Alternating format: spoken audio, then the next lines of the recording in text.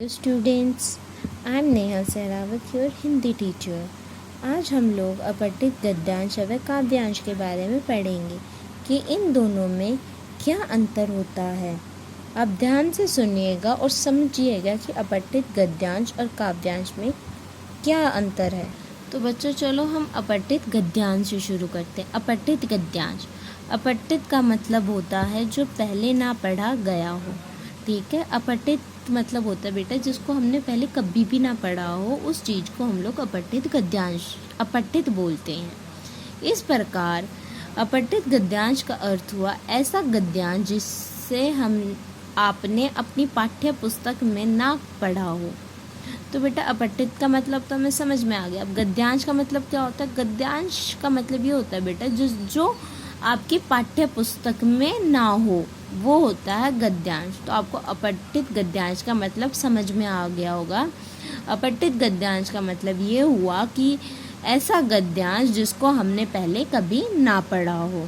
ठीक है, अब आगे चलते हैं। भाषा की अच्छी पकड़ तथा समझ के लिए अपठित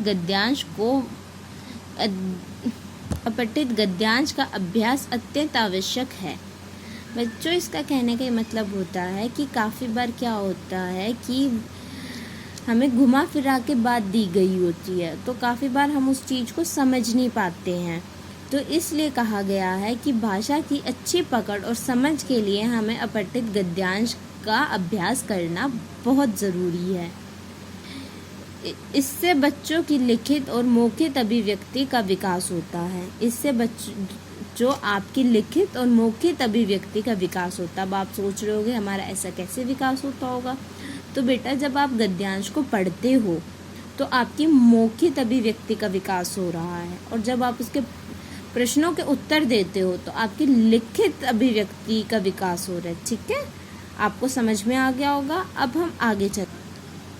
अपठित गद्यांश, जो पढ़ते समय निम्नलिखित बातों का ध्यान रखना चाहिए। अब हम पढ़ेंगे बेटा कि अपठित गद्यांश को पढ़ते समय हमें किन बातों का ध्यान रखना चाहिए। गद्यांश को कम से कम 2 बार पढ़ें। जो गद्यांश हमें दिया जाता है उसको हमें कम से कम 2 बार तो पढ़ना ही चाहिए। ठीक है, आगे देखिए। दिए गए गद्यांश को ध्यानपूर्वक पढ़िए और समझिए। जो गद्यांश बच्चों आपको दिया गया है उसको बहुत ध्यान से पढ़िए और उसके एक एक शब्द को समझने की कोशिश कीजिए। ओके, आगे देखते हैं। पढ़ते समय गद्यांश की मुख्य बातों को पेंसिल से रेखांकित करना चाहिए। मतलब काफ़ी बार क्या होता है, उस गद्यांश में बहुत इम्पॉर्टेंट बातें दी गई होती है जिसको आपको क्या करना होता है, पेंसिल से अंडरलाइन करना होता है। ठीक है, रेखा खींचनी होती है। बहुविकल्पीय प्रश्नों का विकल्प सहित पढ़िए। ऐसा करने से आपको उत्तर ढूंढने में आसानी होगी। बेटो, इसका कहने का ये मतलब हुआ कि जब आप गद्यांश को पढ़ते हो तो एक बार आप प्रश्नों को पढ़ लीजिए, ताकि आप जब प्रश्नों को पढ़ें और फिर आप गद्यांश को पढ़ें तो आपको उत्तर मिलने में क्या होगी, आसानी होगी। प्रश्नों का उत्तर स्पष्ट और संक्षिप्त देने का प्रयास कीजिए। बेटा, इसका कहने का मतलब हुआ कि आपसे जो प्रश्न पूछा गया है आपको उसी के अनुसार उत्तर लिखना होता है। ठीक है, अब आगे देखिए।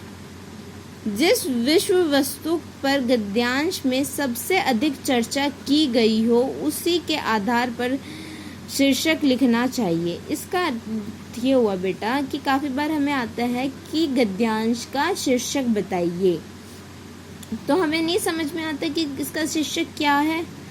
तो उसके लिए हमें क्या करना चाहिए कि उस गद्यांश को ध्यान से पढ़ना चाहिए और उस गद्यांश में जिस भी चीज़ का बार बार जिक्र किया गया हो, बार बार उस पर चर्चा की गई हो, उसी से संबंधित हमें शीर्षक लिखना चाहिए। बच्चे, मैं आशा करती हूँ आपको अपठित गद्यांश अच्छे से समझ में आ गया होगा और किन किन बातों का ध्यान रखना वो भी समझ में आ गया होगा। हम अब अपठित काव्यांश पे चलते। बेटा, अपठित काव्यांश, तो अपठित का मतलब तो हमने पढ़ लिया कि जिसको हमने कभी ना पढ़ा हो उसको हम लोग अपठित बोलते। ओके, कविता का वह अंश जो पहले ना पढ़ा गया हो उसे अपठित काव्यांश कहते हैं। अपठित का तो वही मतलब हो गया जिसको हमने पहले कभी ना पढ़ा हो। काव्यांश मतलब होते हैं बेटा कविता, ठीक है। तो जो हमारा अपठित काव्यांश आएगा वो बिल्कुल कविता के रूप में आएगा, वो गद्यांश पे नहीं आएगा, वो कविता पे आएगा, ठीक है। आ गया आपको समझ में? तो देखिए आगे, अपठित गद्यांश की तरह ही अपठित काव्यांश पर आधारित प्रश्नों के उत्तर देने के लिए उसे ध्यानपूर्वक पढ़कर अपने शब्दों में उत्तर देने चाहिए। तो बेटो जैसे मैंने आपको अपठित गद्यांश की बातें बताई थी, उसी तरीके से आपको अपठित काव्यांश पर भी उन्हीं बातों का ध्यान रखना चाहिए, ठीक है। और अपने शब्दों में उत्तर देने की कोशिश करनी चाहिए अपठित काव्यांश में, क्योंकि अपठित काव्यांश कविता के रूप में होता है, तो उसमें हमें उत्तर मिलना मुश्किल हो जाता है, इसलिए उसमें अपने शब्दों में उत्तर देना चाहिए। काव्यांश का शीर्षक संक्षिप्त व उसकी मूल्य भावना पर आधारित होना चाहिए। कविता को ध्यान से पढ़ना चाहिए और ये सोचना चाहिए, ये ध्यान लगाना चाहिए कि कवि हमसे क्या कहना चाह रहा है, उसने कविता किस चीज़ पर लिखी है, उसी पर काव्यांश का शीर्षक लिखना चाहिए।